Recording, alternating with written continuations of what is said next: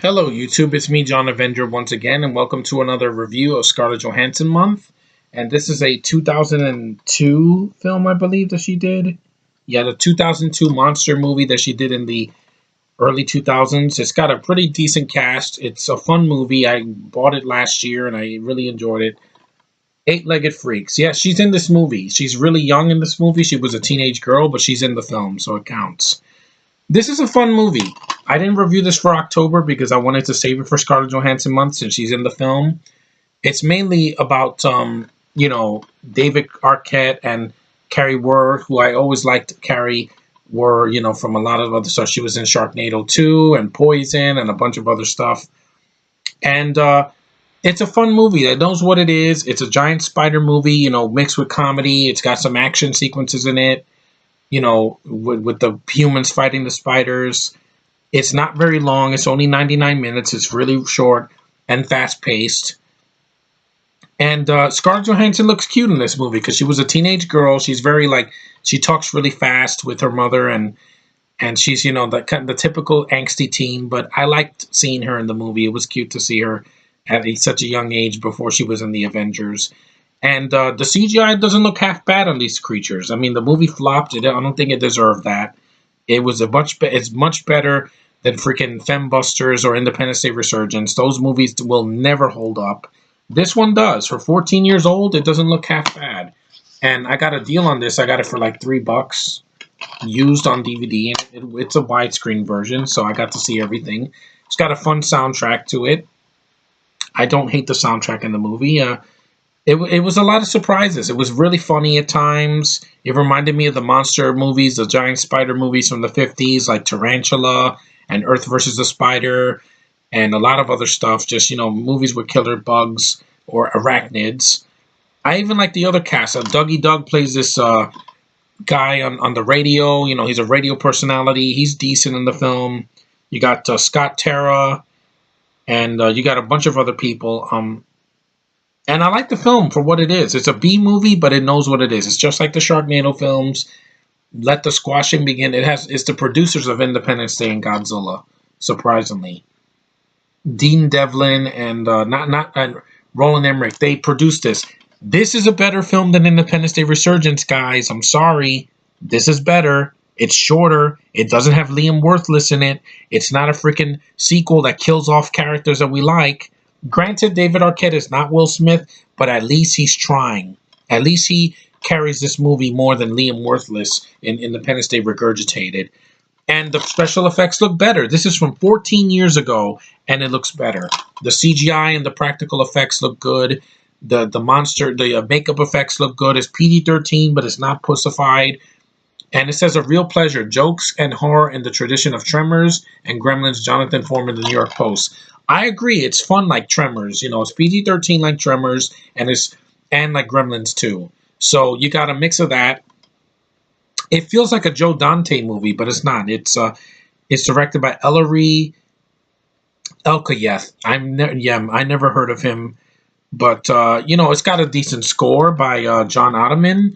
Like I said, the production value is really high for me on this movie. Scarlett Johansson in the film, in the scenes that she's in, she's cute to look at, and it's good to see her in a monster movie because we don't get to see her in that much. And the film has a ton of features, so I get to see the movie again. It has a commentary with the co-stars David Arquette and Rick Overton, and the director and the producer Dean Devlin. So they talk about the film. They probably are proud of this film. They don't have to be ashamed of this. You guys, Dean Devlin and Roland Emmerich should be ashamed of Independence Day Regurgitated because that was a piece of crap. Nobody cared about it. It flopped, and it was a big budget disaster this summer. This I would have loved to have seen in the theater. It's got a decent premise. It's a premise I've seen before. It's got a cast that I care about because I like Carrie Wurr. I liked her in a lot of films. I like David Arquette from the Scream movies and from a bunch of other stuff. Even See Spot Run is not that bad compared to the movies from now. Scarlett Johansson, it's good to see her when she was a teenager, way after Home Alone 3. This is much better. It's much funnier. And Home Alone 3 could have used some giant bugs or giant spiders because it was just so bad and so lifeless. But this film was fun. I like this movie. If you haven't seen it, I say check it out on Netflix or watch it online or just get the DVD. It's really cheap. You can get this anywhere on Amazon or eBay or whatever. And while it's not a classic, it's still a fun movie. And not a lot of people talk about this film. Even when I saw the trailers back in 2002, I'm like, that movie looks like fun.